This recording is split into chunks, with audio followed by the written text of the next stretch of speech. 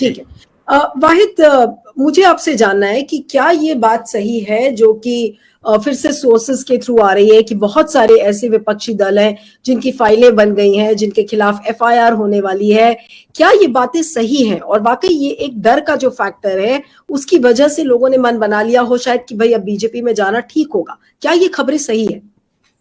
एक हद तक तो बिल्कुल सही है, इसमें कोई दो राय नहीं है।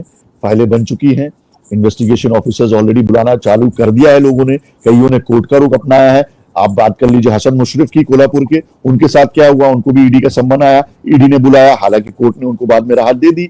बात कर लीजिए आप अविनाश भोसले कॉर्पोरेशन लिमिटेड की, जो पूना की बहुत ही बड़ी गणमान्य व्यक्ति है अविनाश भोसले, वो कौन है, किनका समर्थन था, किनके शख्स है वो सभी जानते हैं कि अजीतदादा पवार के वो राइट लेफ्ट सेंटर हुआ करते थे, अजीतदादा पवार के बहुत ही करीबों में से थे। उनका पकड़े जाना, पिछले कई महीनों से जेल में जाना अपने आप में अजीतदादा पवार को प्रेशर में लेकर आता है। अजीतदादा पवार के कितने ऐसे साथी हैं जिनको ऑलरेडी इकोनॉमिक एनफोर्समेंट डायरेक्टरेट ने या तो बुलाया है, या तो सम्मन भेजा है, या तो उनके खिलाफ शिकायतें दर्ज की जा चुकी हैं। तो इसमें कोई दो राय नहीं है कि इन्वेस्टिगेशन एजेंसीज को सॉक्स पुल अप करने के लिए कह दिया गया है और कहा गया है कि साफ तौर पर आप तैयार हो जाइए कि अब इलेक्शन का दौर आ रहा है, अब आपकी जरूरत पड़ेगी। तो ये एजेंसीज भी जानती है, काफी एजेंसीज के दोस्त हैं हमारे जिनके साथ रात को गुफ्तगू होती है हमारी, वो भी कहते हैं कि यार हमने तो सोचा कि महाराष्ट्र विकास अघाड़ी जाने के बाद हमें थोड़ा राहत की सांस मिलेगी, लेकिन अब क्या करें वाहिद भाई, 2024 का इलेक्शन आ गया है, छुट्टियां रद्द कर दी गई हैं,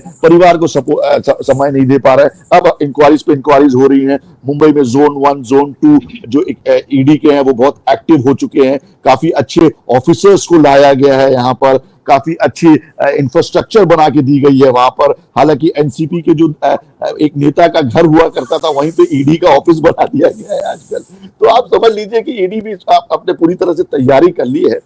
और 2024 के पहले कुछ लोग अंदर जरूर गए थे एनसीपी के, मैं आपको बताऊं 2024 के पहले और लोग भी जा सकते हैं, इसमें कोई दो राय नहीं है। या तो माई वे अदरवाइज हाईवे, ये पुरानी कहावत है, ये बीजेपी करती आ रही है। हालांकि बीजेपी का हमेशा से ये कहना रहा है कि हम कभी भी इस तरह की राजनीति नहीं करते हैं, लेकिन विपक्ष की माने, जनता की माने, यहाँ पे कुछ जनता की, तो वो साफ तौर पर यही कह रहे हैं। कुछ जैसे कि हमारे वरिष्ठ साथी ने कहा कि अजीतदादा पवार का वहां पे जाने का सवाल ही नहीं उठता, क्योंकि एनसीपी के जो वोट बैंक है, मैं नीलू जी आपको बड़े साफ तौर पे बता दूं, एनसीपी का वोट बैंक वही वोट बैंक है जो कांग्रेस के साथ हुआ करता था। शरद पवार जिस दिन कांग्रेस से अलग हुए तो जो शरद पवार के चेहरे पर कांग्रेसी थे वो शरद पवार जी के साथ में आए।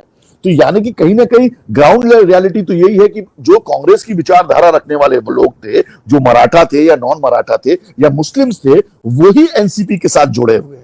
तो अगर एनसीपी अगर आज चली जाती है बीजेपी के साथ, तो कहीं ना कहीं वो ग्राउंड जो है वो कमजोर पड़ जाएगा, वो नींव जो है वो कमजोर पड़ जाएगी। क्योंकि जैसे कि हमारे वरिष्ठ साथी सुनील जी ने कहा कि शिवसेना से जाने के बाद एकनाथ शिंदे का ग्राउंड कमजोर हुआ है, क्योंकि आज भी रियल शिव सैनिक जो है वो इंटैक्ट उद्धव ठाकरे के साथ है। बाला साहब ठाकरे का फोटो आप जरूर लगा सकते हैं, लेकिन बाला साहब ठाकरे के वंशज कौन है ये आप भी जानती हैं, मैं भी जानता हूं। वैसे ही अगर अजीतदादा पवार बीजेपी में चले गए या शरद पवार, कल कुछ भी हो सकता है, बीजेपी में चले गए, मैं आपको एक मिसाल दे रहा हूं, इसमें कोई तर्क नहीं है, सच्चाई नहीं है, और ऐसा सोर्सेज बताते आ रहे हैं कि अगर शरद पवार या अजीत पवार चले भी जाते हैं तो इनके जो वोट बैंक है वो बिल्कुल गिर जाएगा, क्योंकि मुस्लिम माइनॉरिटी वोट उनके साथ जो जुड़े हुए हैं वो नहीं मिलेंगे। जो वोट जो कांग्रेसियों के कट्टर गद्दावर वोट हुआ करते थे, वोटर्स हुआ करते थे, वो नहीं होंगे। तो जो एक राजनीतिक षड्यंत्र आप इसे कह सकती हैं अभी चल रहा है महाराष्ट्र में,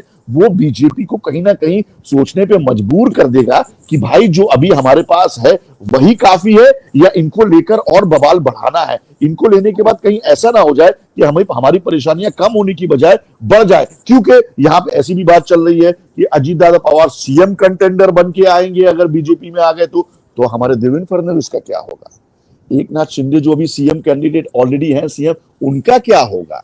तो एक ही राज्य में 3-3 सीएम कंटेंडर, ये तो बात हजम नहीं होती। तो मुझे नहीं लगता कि बीजेपी भी कहीं भी इनको लेने के लिए तैयार है। हाँ, बातें जरूर चल रही है कि भाई आओ तो वेलकम, वरना पानी कम, लेकिन वेलकम के लिए मुझे नहीं लगता कि लोग तैयार हैं अभी।